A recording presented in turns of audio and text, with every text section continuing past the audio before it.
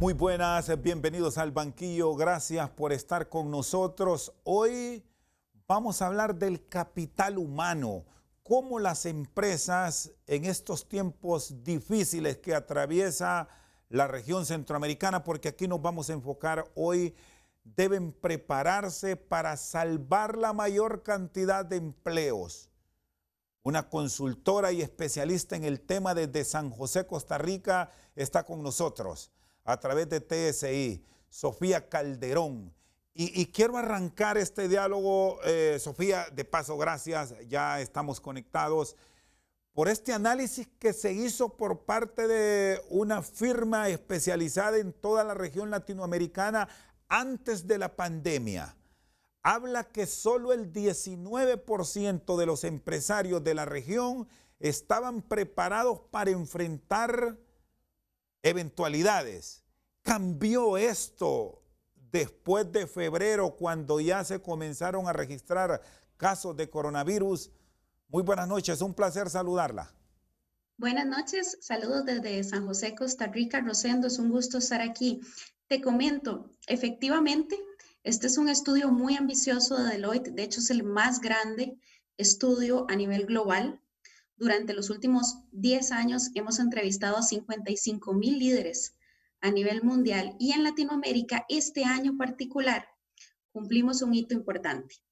Uno, porque estamos iniciando una década muy convulsa y dos, porque el estudio claramente se corrió antes de la pandemia y nuestra proyección es que efectivamente estos porcentajes están cambiando abruptamente. Ese 19% del que estás hablando es efectivamente una triste realidad.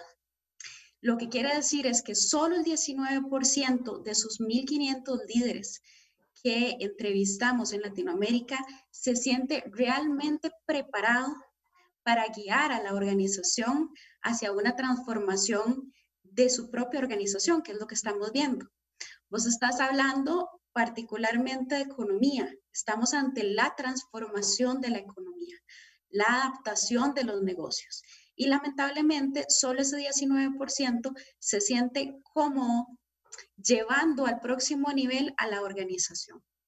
Y déjame que te haga una introducción del estudio. El estudio arroja que la paradoja más importante de la década es humanizar el lugar de trabajo en un mundo mayormente tecnológico.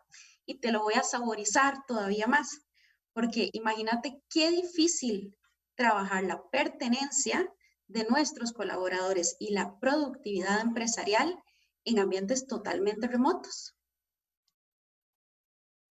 Sí, ¿cómo llegar de una manera adecuada y precisa? Ahora que ya estamos dentro de un mundo que cambió todo y debemos adaptarnos como tal y responder a las exigencias de ese patrono que confía sus empresas a empleados que le deben responder de una manera efectiva. Muy interesante la pregunta que plantea Rosendo, porque el estudio lo que nos da es una brújula para transitar en un ambiente que usualmente le hemos tenido mucho temor. ¿Cuánto tenemos de estarnos preparando para el futuro del trabajo? ¿Cierto? Y la pandemia nos está diciendo que prácticamente estamos adelantándonos 10 años en el futuro del trabajo, casi una década, y que el futuro del trabajo llegó.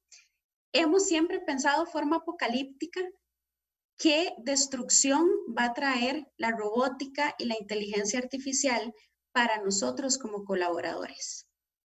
Y ciertamente los foros se habían desarrollado alrededor de eso. Ve que ahora lo que el estudio nos dice es, vean qué interesante, si usted no hace que haya una conexión entre la tecnología y los colaboradores, la productividad nunca va a llegar a su empresa, porque la tecnología por sí sola no es la respuesta. Es esa intersección entre lo humano y lo tecnológico lo que nos va a permitir avanzar. Sin embargo, ve qué malos que hemos sido. Solo el 62% de los líderes que entrevistamos dicen que se pueden anticipar a las necesidades que los que tienen los colaboradores para interactuar con la tecnología. o a las necesidades de reskilling, upskilling, etc. Y de hecho, mucha de la muestra que consultamos cree que las habilidades y las competencias deben de cambiar en los próximos 3 a 5 años. Entonces, ciertamente tenemos un gran reto dentro de las organizaciones. Y hoy en día, más allá con el tema de la virtualidad, claramente tenemos retos adicionales, que es el reto de manejar un trabajo con propósito. ¿A qué me refiero un trabajo con propósito? Hemos visto a través del estudio que lo que más mejora la productividad empresarial es que yo como colaborador entienda cuál es mi contribución dentro de un equipo, cuál es mi contribución individual, pero además cuál es mi contribución en este nuevo esquema que estamos viviendo. Se ha roto ese tabú, perdón Sofía, se ha roto ese tabú a nivel de las empresas constituidas en la región, sobre todo por aquello que encontramos empresas ya con muchos años que se mostraban en ciertas áreas de operatividad resistentes a estos cambios que evidentemente nos conducen directo a la tecnología. ¿Qué cambio nos está generando esta pandemia? ¿Qué han encontrado en esas revisiones? Mira, lo que hemos visto básicamente es, Rosendo, que usualmente pensamos que no íbamos a trabajar efectivamente en ambientes virtuales. Y creo que es importante entender dos aristas. La gran empresa, el gran empleador que tiene una fuerza de trabajo con cierto nivel profesional que le permite esta dinámica, y están claramente aquellas organizaciones que más bien están peleándose entre la vida y la muerte, o aquellas pequeñas empresas, pymes, que están peleándose entre la vida o la muerte porque ciertamente no logran adaptar su modelo de negocio. Entonces, creo que depende de cómo lo estemos mirando. Cuando vos le preguntas a la gran organización con cierto grado de madurez para elementos de tecnología, ciertamente te dice, ha sido un buen ejercicio forzado, pero ha sido un buen ejercicio. Pero usualmente cuando a mí me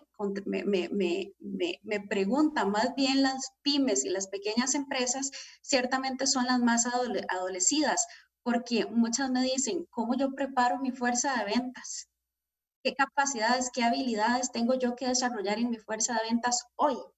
¿Verdad? Y pensemos mucho, a mí me gusta mucho este ejemplo, pensemos mucho en cuánto las cámaras y los negocios de nuestros países en Latinoamérica están presionando por una reapertura económica, pero qué tanto están realmente las empresas preparadas para entender que esa realidad que dejamos y que estamos presionando por esa reapertura no es a la que vamos a llegar, porque claramente los patrones de consumo de nosotros están cambiando. ¿Cuántos de nosotros no estamos recibiendo los productos frescos en la casa?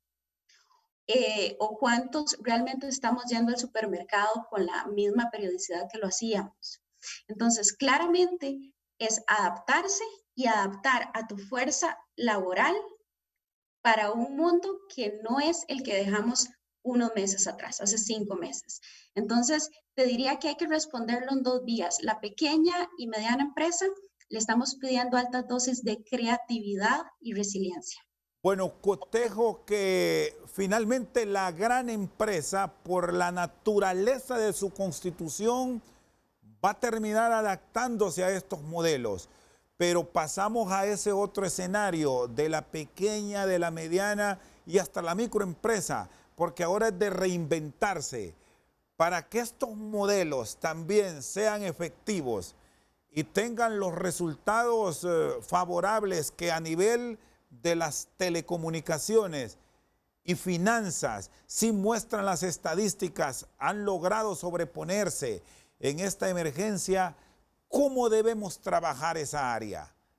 Claro, muy bien. Ve, hay 3 elementos que el estudio nos dice que son críticos y hablamos de un nuevo ADN empresarial y es un ADN resiliente, y resiliente tiene un concepto muy interesante, es volver de un salto, ¿verdad? Resetearse, volver de un salto y capitalizar las lecciones aprendidas, ¿verdad? Entonces, ser mucho más resiliente, pero también tener un ADN digital. Y ojo, el lema de las organizaciones, el gran mantra de las organizaciones en los últimos años ha sido: todas las empresas somos empresas de tecnología. Es la norma para poder sobrevivir y adaptarse. Y esto lo vino a presionar. Hay 3 puntos que Deloitte dice que deben de cuidarse a lo largo del capital humano. El primero de ellos tiene que ver con el propósito, lo que te hablaba alrededor de la pertenencia del empleado hacia la organización y ese nivel de compromiso, pero además de seguridad que siente en el diseño de su nuevo lugar de trabajo. Porque hablamos erradamente de regresar al trabajo. Nunca nos hemos ido del trabajo. Pasa que tenemos un ambiente diferente, como este que tengo yo aquí. Pero muchas de las organizaciones no han entendido que este puede que sea mi nuevo lugar de trabajo, tal vez 3 o 4 días de la semana, ¿verdad? Inclusive cuando las cosas cambian. Entonces, pertenencia y propósito es lo primero. El segundo es potencial y lamentablemente es ahí donde más bajito salimos en Latinoamérica. ¿A qué se refiere con potencial? A darle al colaborador 2 cosas.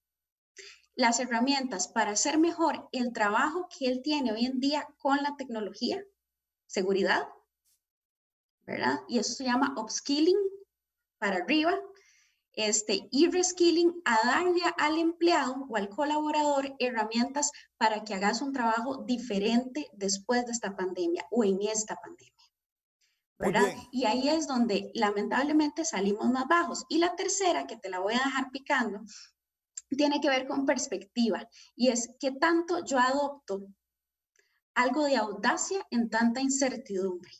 Y lamentablemente ahí, y profundizamos si querés, lo que nos dice es: no somos muy buenos anticipándonos a los cambios dentro de las organizaciones. No somos buenos anticipando en qué tenemos que transformarnos, no somos buenos compensando por el aprendizaje continuo, y además la ética la ética de todo lo que viene alrededor del futuro del trabajo es una de las grandes preocupaciones de las empresas latinoamericanas.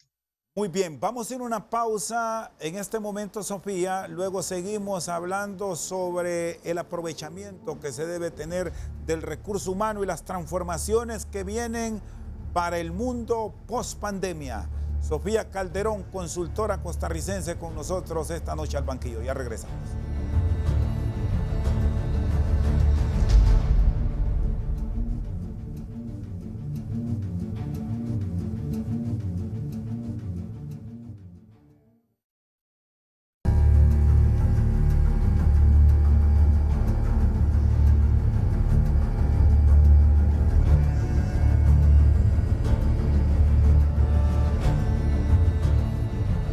Seguimos esta noche al banquillo con la consultora costarricense especialista en recurso humano, Sofía Calderón. Esta va a ser la nueva forma de desarrollo de actividades laborales para gran parte de las empresas del mundo. Ahora, en esta región donde no estamos tan adaptados, gran parte de la población, a estos sistemas de avanzada, ¿qué plantean para que las empresas sobrevivan? O las que no están adaptadas terminen buscando las rutas que les permitan sobrevivir, Sofía. Y Rosendo, adoptar un ADN diferente y sobre todo anticiparnos a los cambios que estamos viviendo y que no nos vuelvan a tomar por sorpresa. Te voy a poner un ejemplo particular para que sea bien gráfico.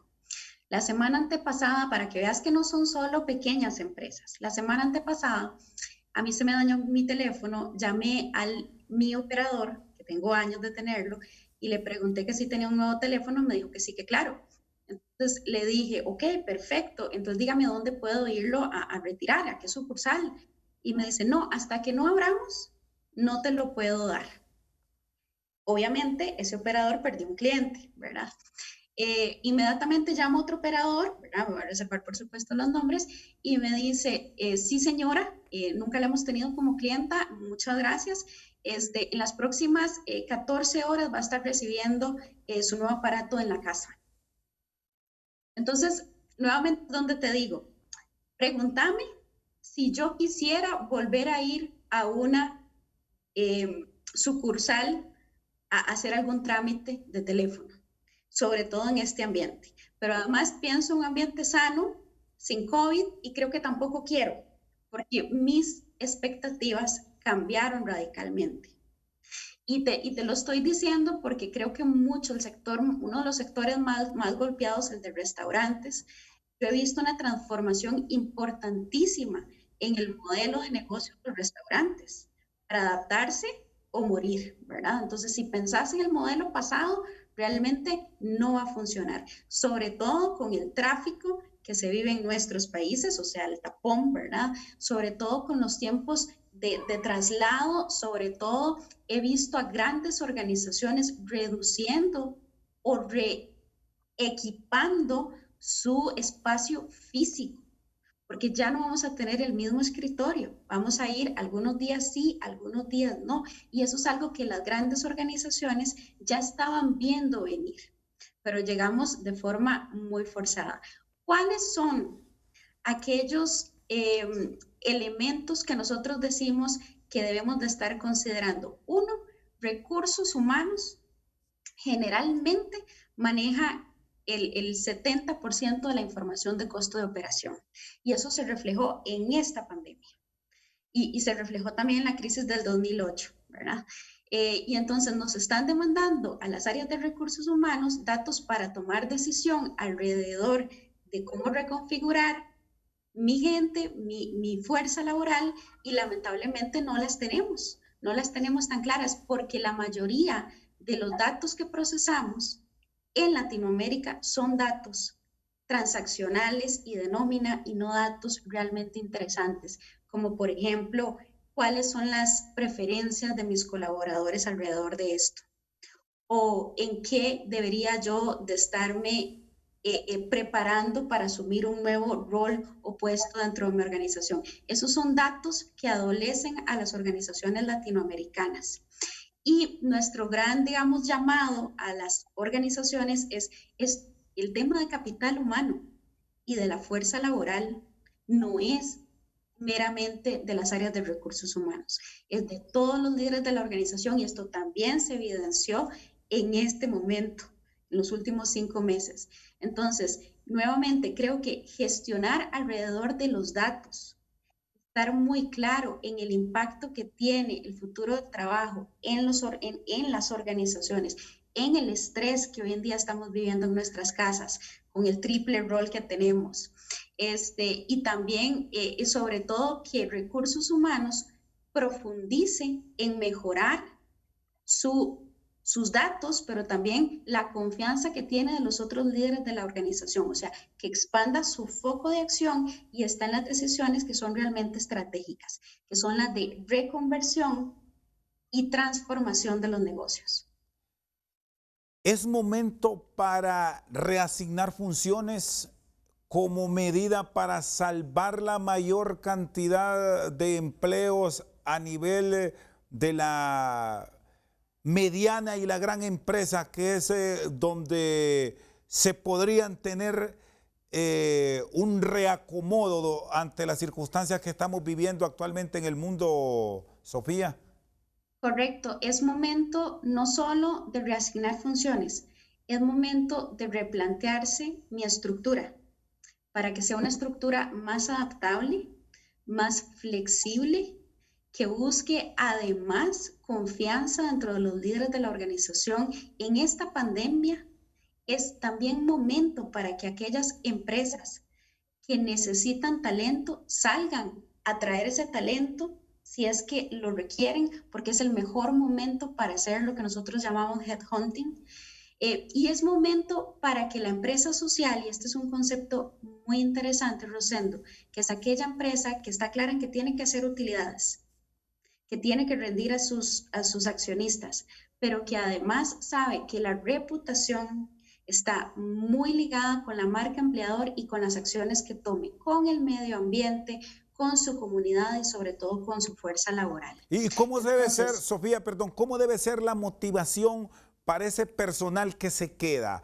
para que tenga el compromiso de respaldar a quien le ha tendido la mano con una oportunidad de empleo frente a acciones que se han tenido que tomar y ha pasado en todo el mundo, que se están generando suspensiones laborales en base a determinaciones que han tomado los estados para hacer sobrevivir las empresas? Si se suspende desde luego a una persona, alguien tendrá que suplir esos compromisos que él tenía. ¿Cómo encontrar en ese colaborador que queda la motivación ideal para que de poder lo haga mejor del que no se despide, se manda un descanso? Si yo soy empresa y estoy desvinculando y también tengo una fuerza laboral que me está quedando, tengo que tener un mensaje muy claro alrededor de cuál es el propósito suyo, porque queda usted aquí. ¿Qué otras funciones? Tiene que tener una claridad en qué otras funciones va a desarrollar, pero además tengo que darle las herramientas para que eso ocurra.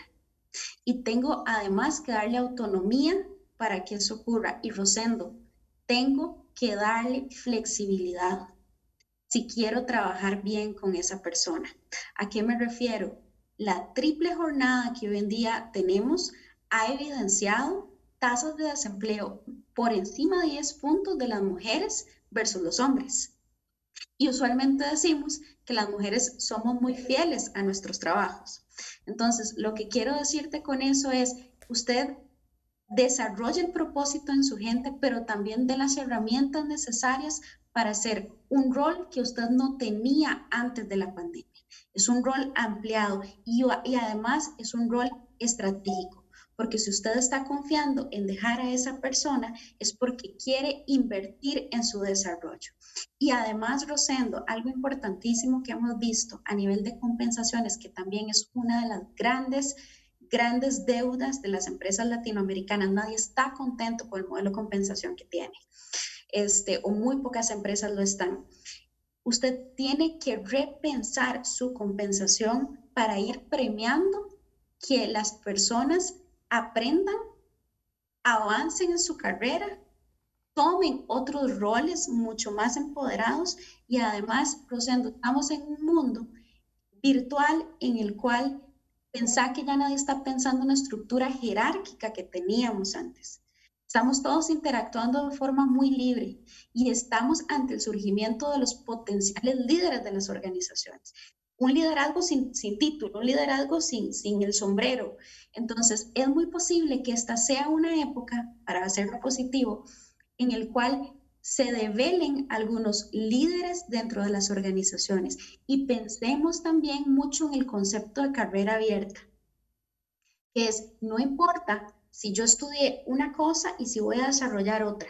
Muchas veces eso que me ha dado la empresa, ese conocimiento que yo tengo de la empresa, es algo que puedo activar con ojos nuevos en este momento hacia la transformación de esa empresa.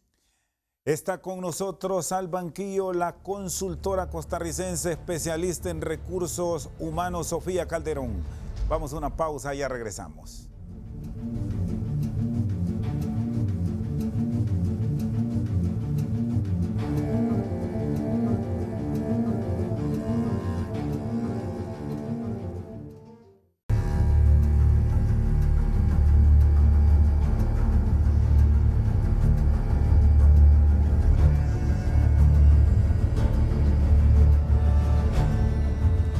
Seguimos esta noche al banquillo con Sofía Calderón directamente desde San José, Costa Rica. Bueno, me habló del impacto que se ha tenido a nivel de empresas ligadas a la industria sin chimeneas. El turismo ha sido fuertemente golpeado y Costa Rica tiene alta dependencia del mismo. ¿Cómo se han estado adaptando en tiempos picos de la pandemia para estas aperturas? Que ya me las planteaba, ya están recibiendo vuelos internacionales, hay mucha actividad a través del teletrabajo. ¿Cómo ha revisado el sector privado la actividad del Estado, Sofía? Bueno, creo que en esto siempre hay dos vertientes.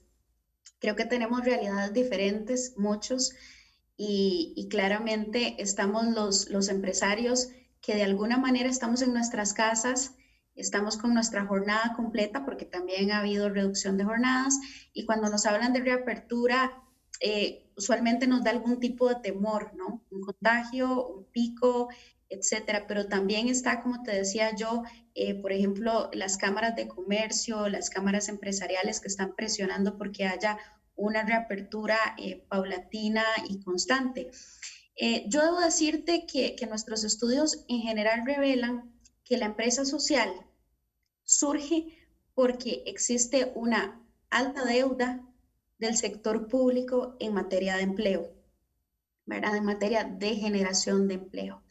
Y en Costa Rica, vos conocés que nosotros tenemos cámaras que promueven muy bien la inversión extranjera, pero claramente no es un momento en el cual haya una total seguridad para hacer inversiones. Entonces, lo que te podría decir es, usualmente hay dos movimientos, un movimiento que se siente más cómodo como estamos, sin tocar mayor tema. Además, hay empresas que han dicho, vamos a seguir lo que resta del año natural como estamos, vamos a empezar a reducir edificios, etcétera. Y también está, por otro lado, aquellos que necesitan reactivar muy prontamente. Entonces, le han pedido, digamos, al Estado algún tipo de seguridad alrededor de acciones particulares que deben de plantearse. Hablabas de la reapertura del sector turismo. Sí, efectivamente es así. Nosotros estamos muy acostumbrados a recibir turistas, a recibir un ingreso por esos turistas. Y ciertamente estamos esperanzados en que esto avance más en la danza del martillo y el baile, en la danza y el martillo, perdón, ciertamente hay diferentes intereses, actitudes, etcétera. ¿Qué vemos nosotros a futuro en Deloitte y cuáles son las preocupaciones éticas de cara al futuro del trabajo que plantea el estudio? Bueno, que claramente el sector público y sobre todo la academia debe de apoyar que exista una reforma o en temas, digamos, de educación que te permitan abrazar esta tecnología.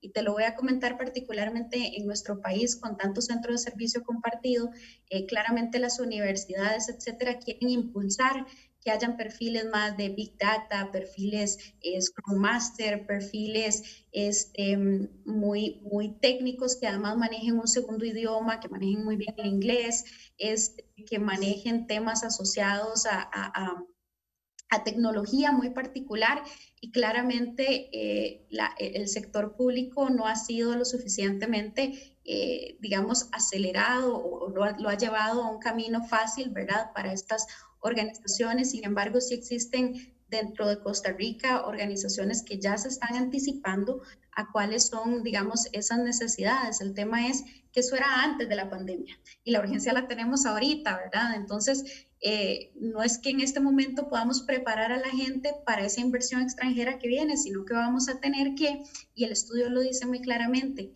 entre capacidades y habilidades, ¿qué prefiere el empresario contratar? O sea, ¿usted prefiere salir a traer habilidades que necesita hoy o es mejor que usted empiece a trabajar más alrededor de personas que tengan un perfil bastante híbrido, que abracen la tecnología y que tengan capacidades para desarrollar el trabajo de hoy y también desarrollarse para gestionar el trabajo o el rol que va a tener en el futuro? Entonces, en el sector educativo creo que ciertamente nuestros países también tienen un rezago, ¿verdad?, en materia de anticiparnos a esas necesidades profesionales de la inversión extranjera y claramente con la pandemia esto se está profundizando. ¿Qué manejo le debemos dar en la adquisición o en la permanencia de este recurso humano? Y aquí involucro a la empresa privada y un tanto al Estado en el tema de la edad, Sofía, porque aquí se abre todo un escenario y genera mucha discusión por el tema que hemos venido desarrollando, la gran apuesta de la tecnología. Y muchos que ya pasamos los 40 no estamos tan adaptados a este mundo como lo puede manejar un millennials, vamos a decir un muchacho de 18 años que son técnicos de primer mundo. ¿Cómo debemos entonces garantizar esas oportunidades de empleo y la permanencia de los adultos? Porque encontramos muchas veces que el requisito para un puesto de trabajo, que esperamos se abran, aunque es difícil, es de que tenga entre 18 y con suerte 40 años, si es que no venimos más en tendencia a la baja, 35 por decir algo. Totalmente. Verás cómo me gusta tu pregunta, Rosendo, porque se ha visto un fuerte foco global por hacer un llamado a las empresas en que hoy en día que tienen problemas realmente malvados, o sea, problemas de supervivencia, es posible que vos requirás de las canas de generaciones que usualmente a las cuales les hemos cerrado la puerta, seamos muy sinceros. Por ejemplo, en Costa Rica la tasa de desempleo por encima de los 45 años usualmente está, es un engaño. ¿Por qué? Porque mucha gente que tiene más de 45 años ni siquiera se dice que está desempleado, sino que dice que es un consultor independiente, que es un profesional independiente, o inclusive dice que está part-time. Entonces, cuando vamos a revisar y analizar esos datos, realmente son abismales.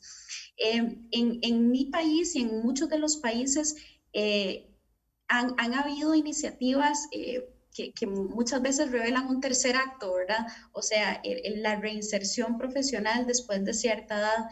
Y claramente, en época de pandemia, donde vamos a trabajar por escenarios con resolución de conflictos y resolución de problemas realmente complejos, necesitas no solo de aquellos con canas, sino también de la combinación de una fuerza laboral bastante rica, en el sentido de traer, por supuesto, los millennials, los centennials, la generación X, pero también traer aquella generación por encima de los 45, 50 años para roles también de entrenamiento, para roles en los cuales yo pueda dar un poquito de guía más allá de la ejecución, o sea, roles más estratégicos. Y te sorprenderías que muchas veces nos lo refieren las empresas, porque yo lidero un foro de factor D, que es un factor de diversidad e inclusión, y básicamente lo que nos han referido las empresas es que las personas por encima de los 45 años suelen ser muchísimo más fieles, pero también suelen inclusive ser más cautas y más económicas. ¿Por qué? Porque conocen que necesitan emplearse prontamente, entonces son muy fieles a sus trabajos y también pueden inclusive, digamos, trabajar por debajo de lo que usualmente piensan, que están sobrecalificados, lo conocen, lo saben, y entonces usualmente llegan a una empresa con la intención de crecer dentro de la organización. Entonces, qué bueno que lo traes, porque curiosamente nuestro estudio lo que nos dice es, olvídese de las generaciones. Usualmente hemos estudiado mucho los millennials porque son los que más rotación generalmente nos dan en las empresas. Y cada vez más, porque tenemos un estudio Millenarios, nos damos cuenta de que la pandemia nos ha puesto las barbas en remojo a todas las generaciones y que hoy en día estamos muchísimo más comprometidos con nuestras organizaciones y además muy anuentes a trabajar alrededor de abrazar la tecnología sin importar las generaciones. Cada vez más hacer estrategias de fuerza laboral segmentadas por generaciones no hace sentido, no en este momento donde necesitamos una cosa que es fundamental para las empresas: diversidad de pensamiento para surgir de problemas que son realmente complejos y para provocar esa transformación dentro de la organización. Muy bien, está con nosotros esta noche al banquillo desde San José, Costa Rica, Sofía Calderón. Vamos a una pausa y ya regresamos.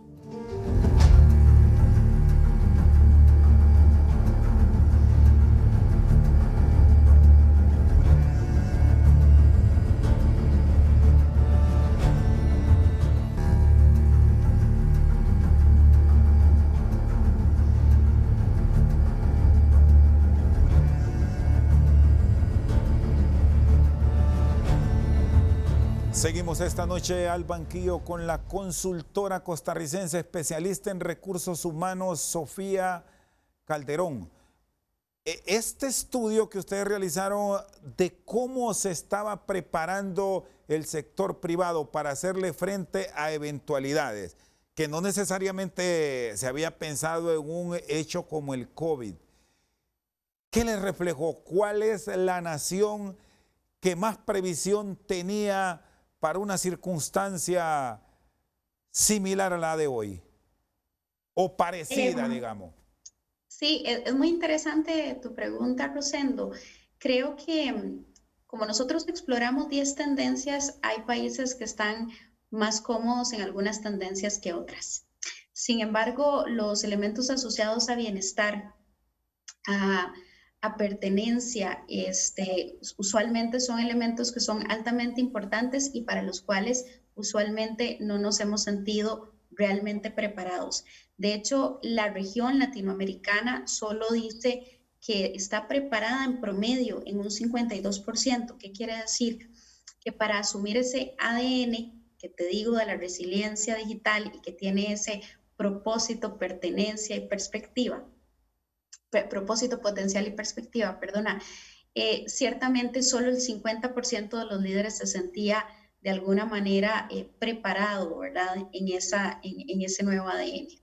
Y ciertamente cuando vos vas hacia el tema de potencial, que es aquel que vincula a la tecnología con los humanos, te das cuenta que existen en algunas regiones, voy a poner un ejemplo, Norteamérica, Europa, etcétera, ha explorado un poquito más la inteligencia artificial y la robótica, más que algunos países de América Latina.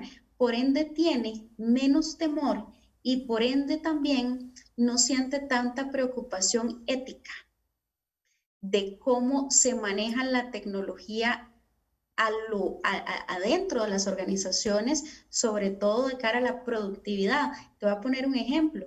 El estudio nos dice, mientras planteese situaciones reales, por ejemplo, si usted va a utilizar la inteligencia artificial para controlar a su fuerza laboral y ver qué tan efectiva es, pregúntese si esa es realmente lo que usted quiere imprimir dentro de su cultura organizacional, o planteese si usted más bien quiere utilizar la inteligencia artificial para enseñar a sus colaboradores cómo hacer mejor un trabajo repetitivo. Voy a poner un ejemplo, un trabajo en planta, trabajo de ensamble, ¿verdad? Entonces, ciertamente, cuando me hablas de regiones más preparadas, creo que hay regiones más maduras en el uso de la robótica, en el uso de la inteligencia artificial, y eso les ha permitido, digamos, que desprenderse de los miedos que usualmente eso nos ha traído a América Latina, ¿verdad? Que más bien lo vemos como destrucción del trabajo.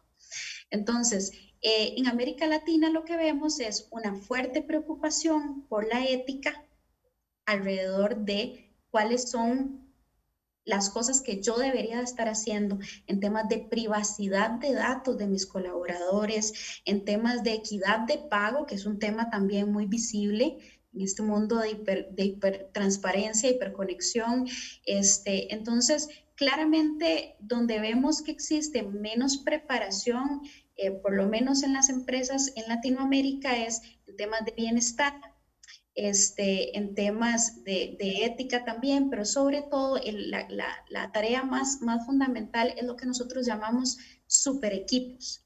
¿Qué son los super equipos? Es la evolución de aquel perfil híbrido que dijimos que tenía que tener las dos cosas, ¿verdad?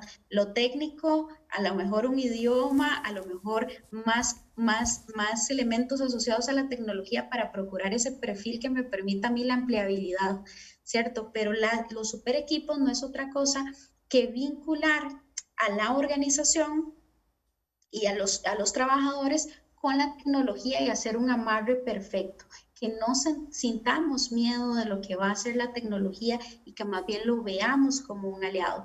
Y ahí es donde particularmente esta P de potencial nos sale muy baja en América Latina. Ahora, Sofía, hablando de toda esta reorganización que se plantea, deberá irse estructurando ahora mismo, no es cuestión de espera.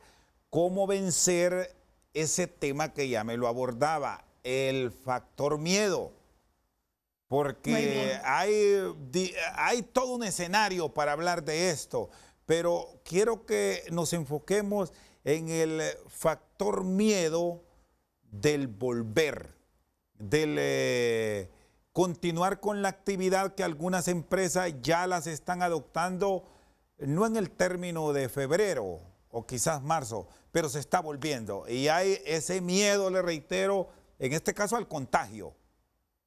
Muy bien, hay dos miedos, Rosendo. Está el miedo al contagio y está el miedo a regresar a un trabajo que posiblemente ya no esté, o sea, que no es el rol que yo desarrollaba o que se va a acabar mi trabajo como lo conocía y si estaré lo suficientemente preparado. Respondamos el primer miedo, el miedo al contagio. Curiosamente, esta pandemia nos ha hecho a las empresas trabajar de forma muy juntos, digamos, siempre trabajábamos en silos, ahora estamos trabajando como un equipo. Entonces vemos a la gente, por ejemplo, de legal, con la gente de facilities, o sea, de las facilidades del edificio, ¿verdad? Con las personas de tecnología, con las personas también de recursos humanos, para entender cómo manejarían, por ejemplo, Rosendo, un potencial contagio a lo interno, cómo manejan la comunicación, cómo manejas la diversidad y la inclusión, o sea, cómo manejas que esa persona no sea objeto de rechazo dentro de la organización cuando regrese, cómo manejas un potencial contagio en términos de la comunicación al resto de los colaboradores, cómo señalizas tu lugar de trabajo. Y vemos que las organizaciones han estado, digamos, de alguna manera trabajando muchos elementos de capital humano alrededor de infraestructura, cómo se van a acomodar, cuál va a ser la señalización, etcétera, y eso nos arroja, digamos, elementos positivos para trabajar de forma colaborativa. Y sobre todo, lo que hemos visto en grandes organizaciones es que están trabajando para desarrollar aplicativos o aplicaciones para entender la vulnerabilidad de algunas empresas, de algunas personas regresando. Sí, Sofía. Y segmentar poblaciones más bien. Sí, estamos cerrando ya, nos dice producción, le agradezco que nos haya acompañado directamente desde San José, Costa Rica y compartido estas experiencias sobre recursos humanos. Cierro con el tema Estado, porque deberá también venir el sacrificio. Estamos a las puertas de observar en la mayor cantidad de países de nuestra región reducción del aparato estatal e ir a la profesionalización, al trabajo técnico en equipos. ¿Eso nos dice y nos manda esta pandemia? Lo que nos dice es que busquemos eficiencia a lo interno de las organizaciones y sobre todo creo que apalancar y hacer más con lo mismo o con menos, ¿no? Y una transformación importante de la organización y de los perfiles. Así que el sector o sea, Estado, usualmente el sector público, lo que ha venido, si se quiere de alguna manera difiriendo, es trabajar más hacia centros de servicio más estandarizados y compartidos, y creo que esa es una lección que el sector privado usualmente puede darle al sector público en el sentido, digamos, de estandarizar. No estoy hablando necesariamente de reducir jornadas ni gente, sino estandarizar y buscar efectividad y sobre todo productividad laboral a lo interno. Y además, Rosendo, cierro con esto, permearse con la tecnología y apalancarse con la tecnología, darle a la gente la seguridad de que pueda asumir un trabajo diferente, porque va a ser un bucle de cambios y no vamos a regresar al pasado. Muchas gracias, Sofía. Feliz noche. Igualmente, Rosendo, me encantó hablarte. Con nosotros esta noche al banquillo la consultora internacional Sofía Calderón por su sintonía. Muchas gracias.